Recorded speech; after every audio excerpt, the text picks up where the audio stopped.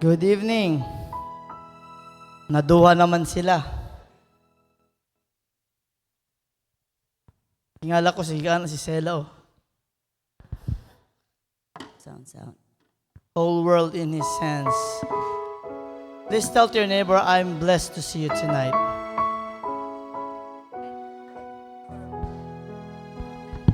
Let's bow down our head. Let's pray.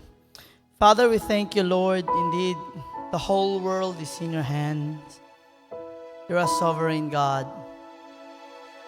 And Lord, tonight as we go on to your word, Jesus, we pray, God, Holy Spirit, just allow us to learn more about you, to know more about your principles, that we can truly live as your children, as Christians, Father, that we can live victoriously in this world.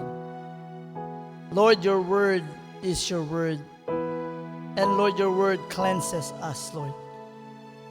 Father, that as we study your word, it will give us not only joy, but strength, Lord, to go through and go on, Father. Lord, you are a great teacher. Bless us, anoint every ears, bless every heart. Cultivate every heart, bless every mind. That as we receive your word, we will receive with joy, with clarity, and with all understanding. All this we pray in your most holy name. And everybody says, Amen. Hallelujah. Let's give God a round of applause once again.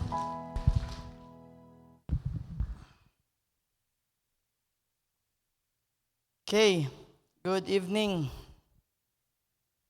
Open your Bibles to the book of 2 Corinthians chapter 6. Chapter 6, 17 and 18. Basahon na to balik, no?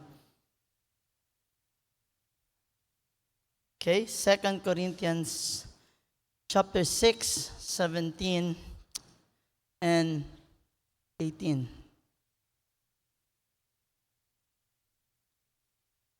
Let's read all together. Nana mo diha. I will not be preaching long tonight because we are going to do something after the message para makapray po tatanan. Okay, let's read all together. Go. Wherefore come out from among them, and be ye separate, saith the Lord, and touch not the unclean thing, and I will receive you. And I will be a father unto you, and ye shall be my sons and daughters, saith the Lord Almighty. My message this evening is about come out and be separate. You know, to come out and to be separate, this leads to a path of a victorious life in Christ. Have you noticed something here? Na di ay condition para mo anak sa Ginoo.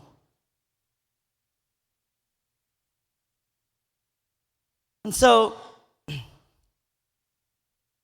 let me start by saying, na-notice na ako that in this day and age and generation, every time the gospel is being preached, dili na nila gina-emphasize that you should be totally surrendered to the authority of Christ. Ila karon basta mudawat lang ka, then you live your own life, it's okay. You know, a life that is fully surrendered is required to have a victorious life.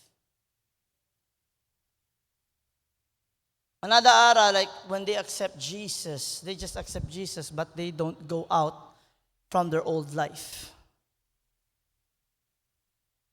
They stay there. Namangutana sa ako, pila sa atuan na apadiha. I hope wala na. In Luke 9:23, it says, if any man will come after me, this is Jesus speaking, let him deny him and take up the cross. Once or daily? Once or daily? Daily. And follow me. Here's the problem. Many believers desire victory but remain divided. What do I mean divided? The Bible says, love the Lord your God with half of your heart. Amen. Unsa man di ay? But most are half-hearted. You cannot serve God and Mammoth, and yet many serves God and Mammoth.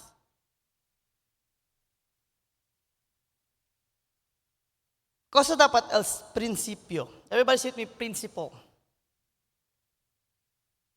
Listen, what is not surrendered continues to control. Meaning, if there are things in your life that you did not surrender, it means that thing that God hates still controls you. Remember, the Bible says we are no longer slave to sin, but we should be slave to Christ. Dahil al background, dahil no? The context of this is that believers in Corinth, actually, they were facing pagan culture and compromise. May I ask you, are we facing pagan culture and compromise in our generation today? Yes or no? And I kid you not, grabe al prinsipyo de mundo. Cultures, fashion, trends, lifestyle of the world. Now, have you ever wondered or reflected na before you sleep, Lord, what are things of the world that controls me? Or pimlan to, I'm okay, walay problema kay anak ko sa Ginoo.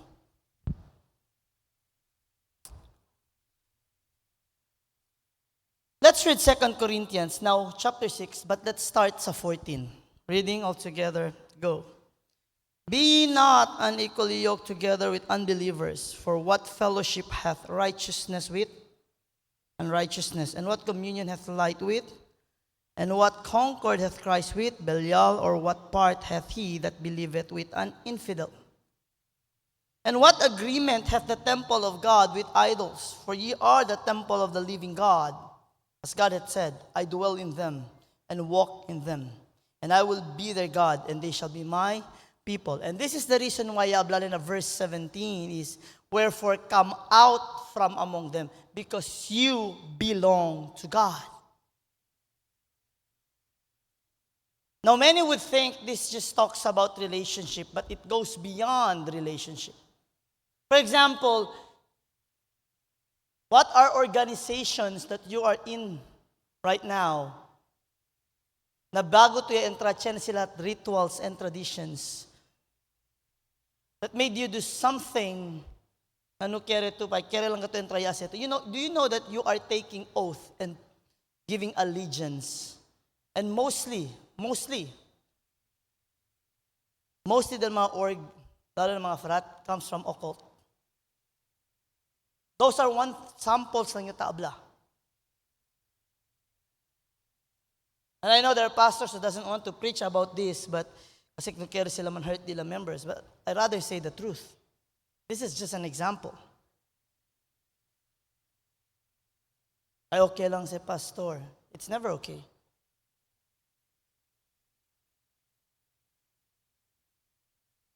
Ken ba mga audience? Who are the audience in this passage?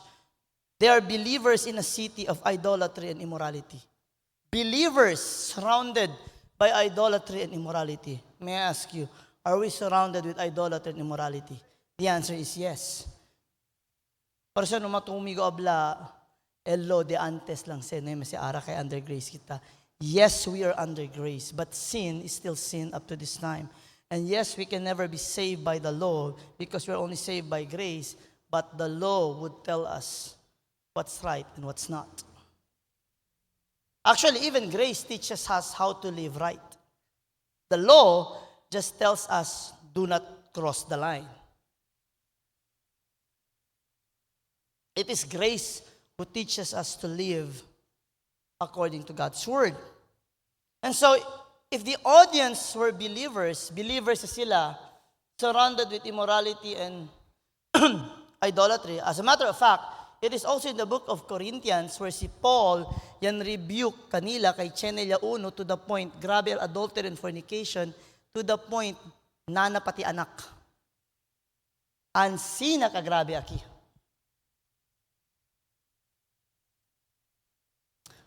And so the problem is continuing unhealthy attachments after conversion is really not healthy.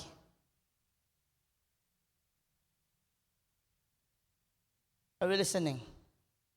Like, we really need to state the obvious kasi sometimes even the obvious is being ignored. Okay? What does it mean to be unequally yoked? It means divided direction, hindering spiritual progress. And so when you're unequally yoked, you hinder your progress. You hinder, ikaw mismo, gisagang nimo imong growth when it comes to spirituality.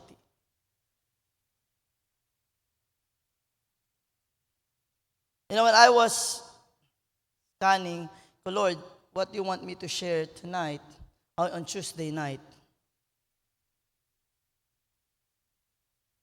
You know, there's one word that took my attention, and that's the word denounce. We will get to that later. So, cosa bel verdad?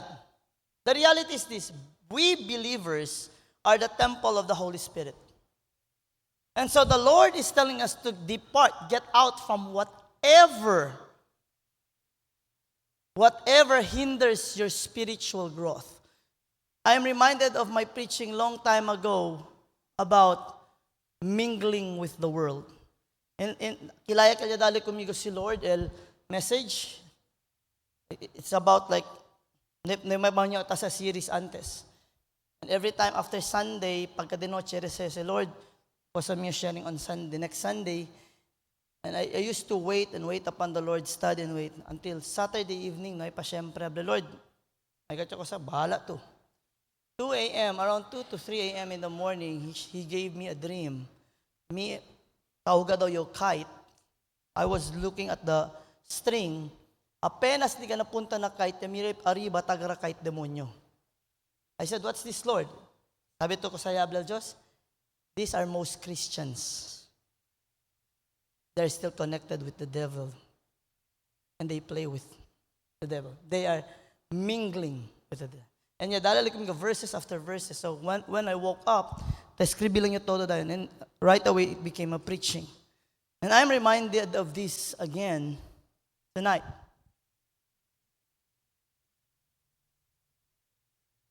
We are going to dig na scripture ara. What's the purpose of the sharing? And what's the purpose of me sharing in this passage? Because I want to explain to you why it is very important and it is necessary to be separated. Baka yaulbida kita. We were separated by God. We were once separated from God, and He goes to separate us for Him, which is called sanctification or sanctified. Now that we are sanctified, what are you going to do? First Table said there are two parts. First, sanctification is the sanctification that comes from the Lord. But now that we are saved, are you willing to sanctify yourself for the Lord? Hindi sa pwede, Kristohano naman ko, okay lang man na. Ano man di ay? Maimpyerno ba di ay ko? And that's the very thing daw kita. Correct ba mag-ingkong? Ano man? Kung buhato na ako ni, masuko man si Bet, pero di man ko niya bulagan, baka ko nung gapon ako ni. Okay, dili. Okay, dili. Dili. And most Christians are like that. Ay, okay lang na, di man kung maimpyerno. The Bible says, touch not the unclean things. Di ganit mo inom sa baso nga hugaw. And we forget that we are instruments, servants, vessels of the Lord. That's the reason why the Lord keeps on cleansing us through His Word. But listen carefully.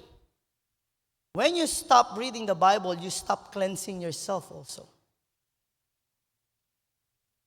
And then when you start doing things, unnecessary things that does not glorify God, you start to corrupt yourself. And then you're wondering why, tingala ka nga man di ko karon ginagamit sa Ginoo. Ay dili man kasi the Lord does not use the qualified, He qualifies whom He used. That's correct, but you're taking it out of context. Kitawag na gani ka sa Ginoo. Gilimpyuhan na ka. Are we listening? And so, what fellowship hath righteousness with unrighteousness? Tene ba? Okay. What communion hath light with darkness? None. And then he goes on to say, ye are the temple of the living God. Diba? So, what does this mean? Meaning, division between Christ and worldly attachments will prevent you from growing and from having victory.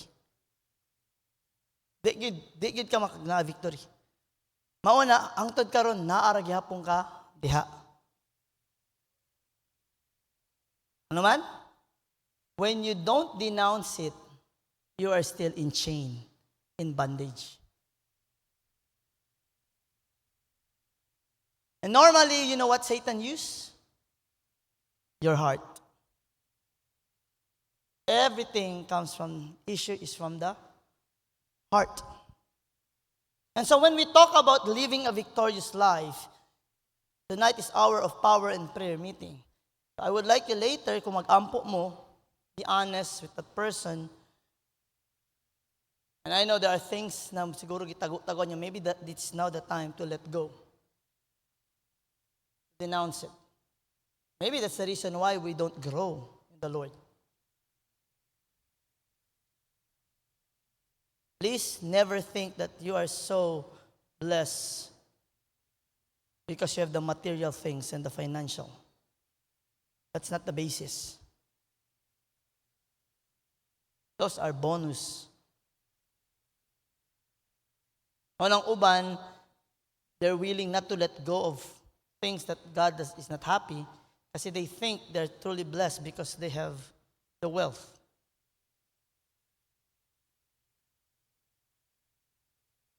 Now, second is this. God dwells in His people. Hinay mo katapad, God dwells in His temple. You are the temple of the Holy Spirit. And so, every time you do such action or you don't denounce, you grieve the Holy Spirit. This is what the Bible says, do not grieve the Holy Spirit. Okay? Listen. Separation, everybody say with me, separation is not isolation. Separation is obedience. We must be separated, meaning we have a different mindset, we have different principles, we have different lifestyle. And so, when you are a child of God, when you're a child of God, and you walk according to the principles and the teachings of Christ, this is what's going to happen. You will hate what Christ hates, and you will love what He loves.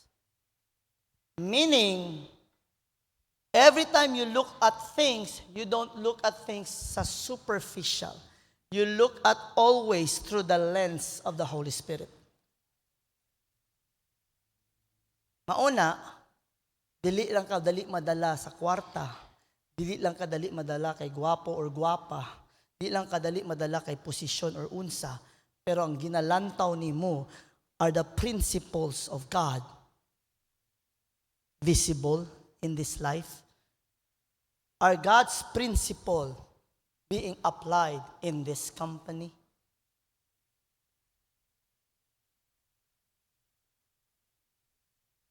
Hello.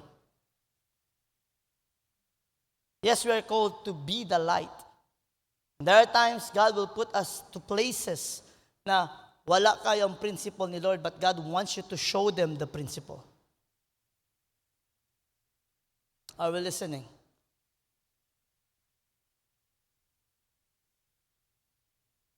And so, separation is obedience, not isolation.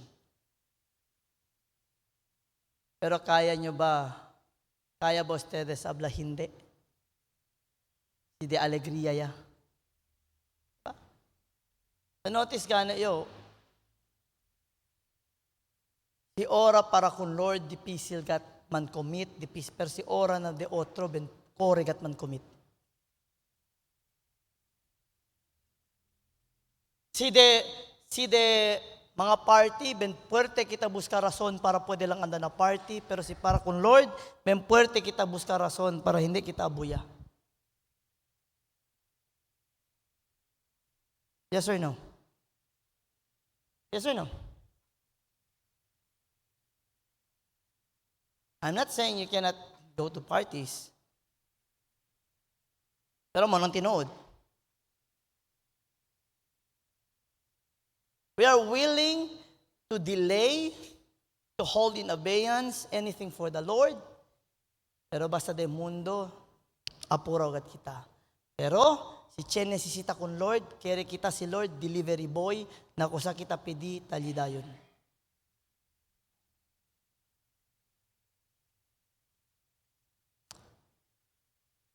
Let's look at some truth.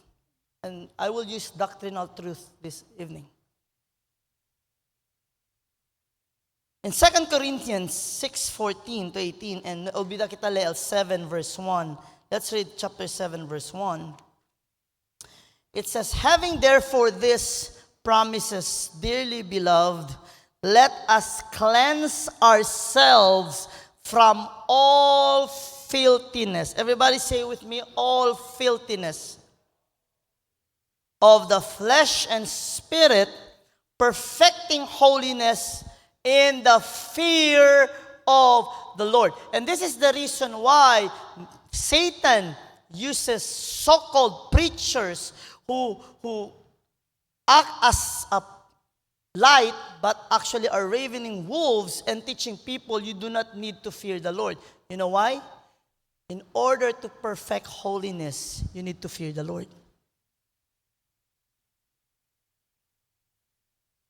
Ano man mahadlok tika.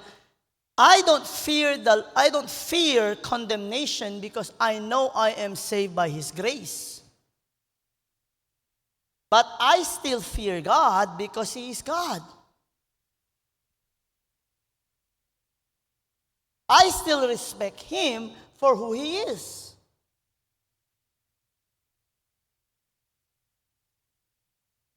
And mauna, daghan kay, ay di man kumadok sa Ginoo kay na may grasya.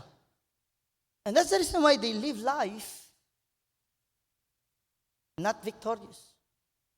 And sigila sila, asa sila naga-base? Their own flesh, their own emotions. Listen. You need, and this is one thing majority must denounce. We must denounce ourselves. Deny yourself. Sige lang, feelings ang ginasunod. Wala na nagsunod sa pulong sa Ginoo kay makasabot raman ni si Lord kay mauman akong gibati.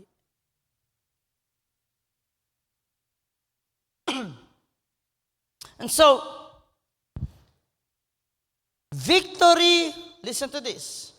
Victory cannot coexist with divided living. Meaning, ang usa ka tiil diya sa Ginoo, ang usa ka tiil diya sa kalibutan, you will never have victory. You know, it's really time that we all learn and go back to the hard facts and truths sa Bible. Kasi mostly karon are just shallow. Basta nagsimba ka, basta nag-hallelujah, hallelujah, kanta ka. And mostly even think ang yawa o mahadlok sa imo kay nagkanta ka. You can have the best lineup for Sunday.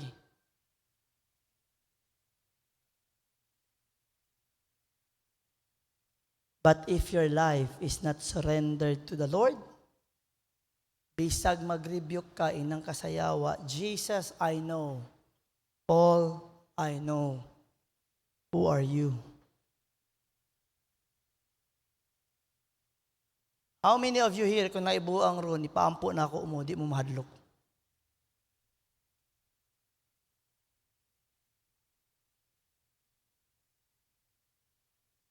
Ganaan, ana. Bagay na tingala, naghalang ko. Are we listening? God's presence is experienced fully through obedience. You want to experience the presence of God? Even the glory. You know, I am now in my time na I seek not only the presence but really the glory of God. Lord, your face. And if there's one thing na makaabot ko dito, it's not because of it's God revealing Himself. But many forget this. God looks at the heart. And if your heart is divided, I don't think so. You know, I will give you what do you call this, explanation of a perfect heart. Everybody say perfect heart. Is there such thing as a perfect heart? Wala. Right? But God is looking for a perfect heart. Kung kabalo ng Ginoo walay heart na perfect, why is He looking for a perfect heart? God is not looking for a heart that is spotless. He knows every heart is corrupted and deceived. He is looking for a heart that seeks Him, seeks the truth, wholeheartedly. Why? Because that person wants to know the truth and be influenced by the truth. Do you seek the truth? Gisik ba nimo iyang naong?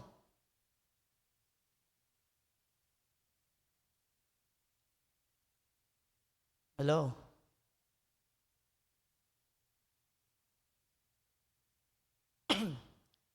Partial surrender results in powerlessness. Partial surrender results in powerlessness. Let me be clear and let me be honest, ako si Abla. And I want also honest answer if I ask you. Ready na ta? Do we really believe that our young people right now really prays for whatever the future holds? Not only the young people, even the grown-ups. Lord, is this your will? Lord, diri ba kumadto? Like how many of us really do pray?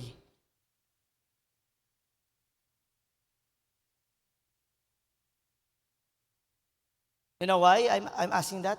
Because if your heart is really in line with God, this is what the book of Proverbs said. From the wisest man who ever walked the earth, Solomon. Trust in the Lord with all of your heart and lean not unto your own understanding, but in all your ways acknowledge Him, and He will direct your path. And this is the reason why most Christians who goes to church has no direction.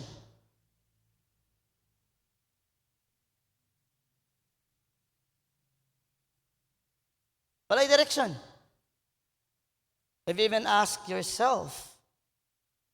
Because the Bible clearly says that the steps of a righteous man is being directed by God. And a righteous man always prays, always asks, seeks guidance. What is in your heart?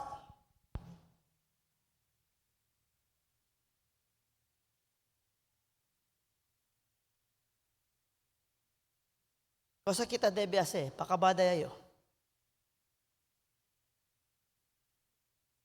Say with me, practical obedience.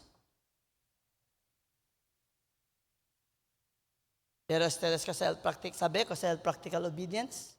Are we ready? It's found in Luke 9:23, 2 Corinthians 6:14 to 18, and 2 Corinthians 7:1. These are the practical obedience. First, deny yourself. Then take up your cross.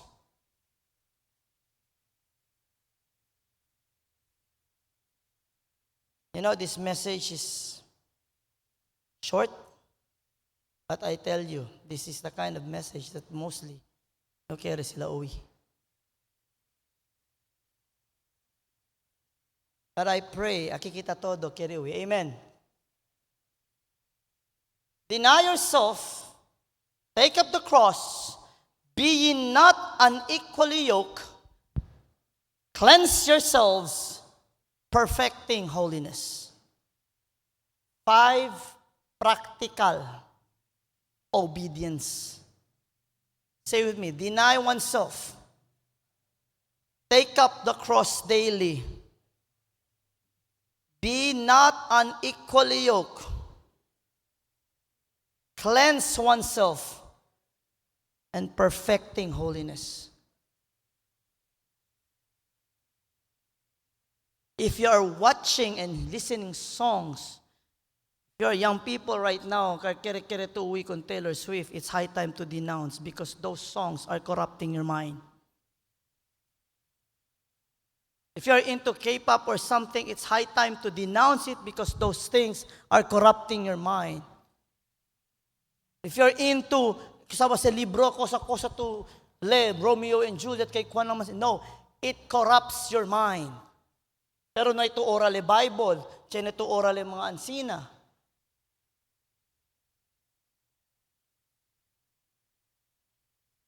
Kasi pagkalara na application na. You know why I'm telling you this? Let's read 2 Corinthians 6:18. Todo kita. Please read. And actually, this is something serious. Okay? Let's read all together, reading. Go. Sige, let kita. Reading all together, go.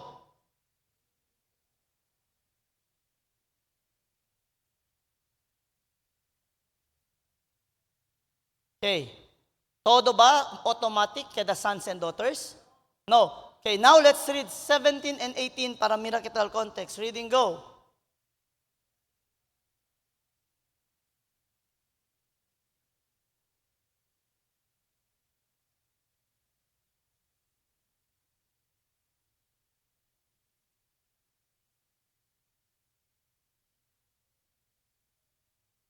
Okay. So, you need to denounce it. Don't you know you cannot be married to someone else again if your partner is not yet dead? Don't you know that's the same principle? Dili ka pwede maminyo kung buhi pa imong partner. It doesn't matter unsa gyud sa gobyerno. Nga naman, that's very strong. Pastor, ang uban pwede na, pasagdi sila kung pwede na. ang Biblia nagyong dili. You know why? This is the principle. Are you ready? You cannot be married to the Lord if you're still alive to your old self. Mauna ang reality. Go read Corinthians. You cannot be married to the Lord not unless you're dead to yourself. That's the reason why He calls Israel before adulterous nation. Ano man? It was God who helped them. They were married to God, but they go a-whoring other gods. Karon kung anak ta sa Ginoo, unya daghan kayo ta idol sa atong kinabuhi, idol nimo imong self, kay sige la kag about imo lang pirmi, unya sobra kang hanga sa imong naong, kay marag imo naong na lang pirmi ginapakita nimo, unya sige la kag sa trabaho, wala kay oras sa Ginoo, relasyon diri, relasyon dito, pangwarta diri, pangwarta dito, kay busy ko kaayo, ambot na lang. Unya, walay time sa Ginoo, walay time magbasa Bible, pero daghan time sa laing organization nga questionable.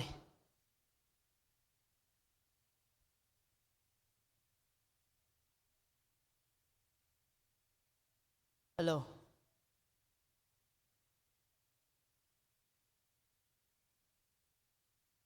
Denounce anything that competes with Christ's lordship. This is what I mean. Denounce anything that competes with Christ's lordship.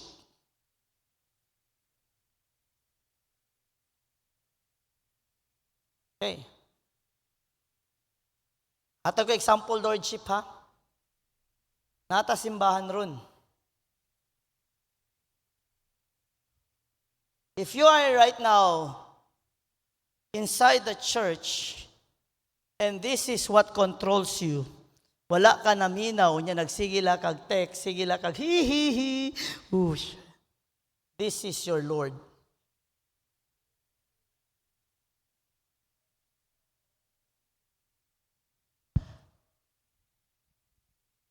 Kung ikaw na akaron sa simbahan niya, sigila kag storya sa imong katapad, tabi sa imong katawa, maybe ang imong katapad imong Lord. Kung nakasimbahan ron, yung huna-huna, nasa imong trabaho, maybe imong trabaho ang imong Lord. Ano man? Grabe man pastor, di pod. Aminaw. Kung naagani mo sa trabaho, na mo'y problema, kalimot gani mo ampo. Kalimot gani mo tawag sa Ginoo.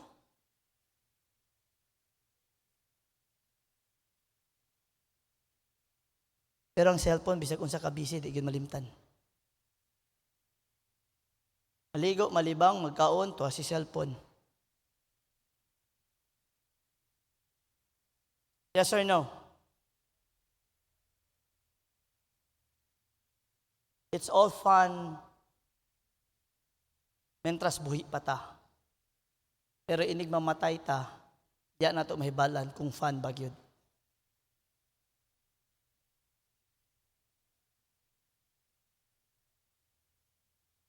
You know, kaya nga sinasabi nila, nasa huli ang. Sabi ustedes, manada gente na, dos klase gente na impyerno. El uno, tayura, oh Lord, nagsisisi na ako. Pero kung kita sila ng mundo, tagangya lang sila, tare. El uno, rabyaw ko ng Diyos. Oh Lord! For such, there will be weeping and gnashing of teeth. But both, kondo takipa, ase entra, ase pasaki, gangya, re, ase entra, ase pasa ulit. Dolnuay lang. Porque man, kay ko sa silabla, siya niya mang grasya.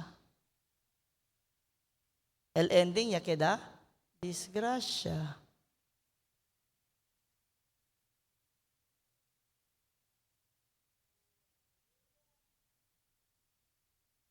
I mean, the simplicity of the gospel, common sense lang. Ika naton ganit sinuoto tayo datan, tatalaga ito importansya. And thank you, Gata. And we don't forget how much more the Lord who saves us from condemnation. Denounce anything that competes with Christ's lordship. Second, follow Christ fully. Daily surrender is necessary, meaning mortify yourself every day. You know what's mortify? Other version it says, crucify yourself daily. Meaning, si sabi ito hindi amo, self, hindi se para dituyo. Third, recognize that what is not denounced will hinder victory.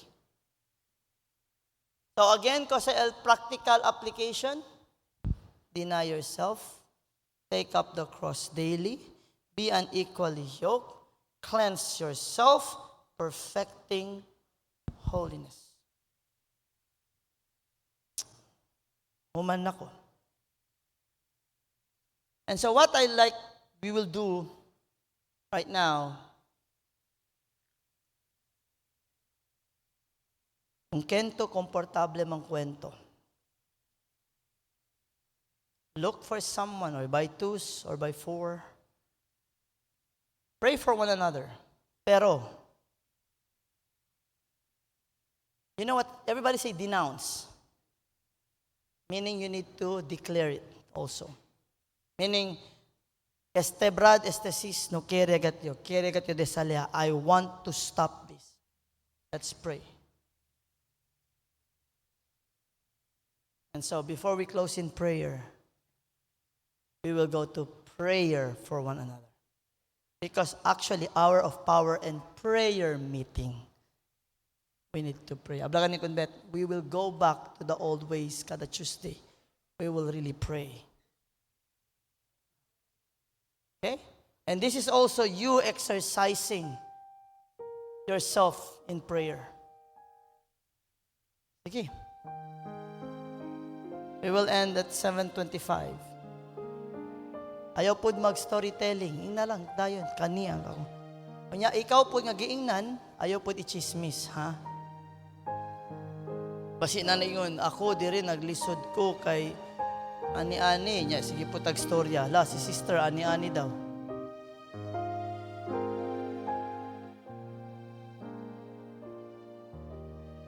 Pray for one another.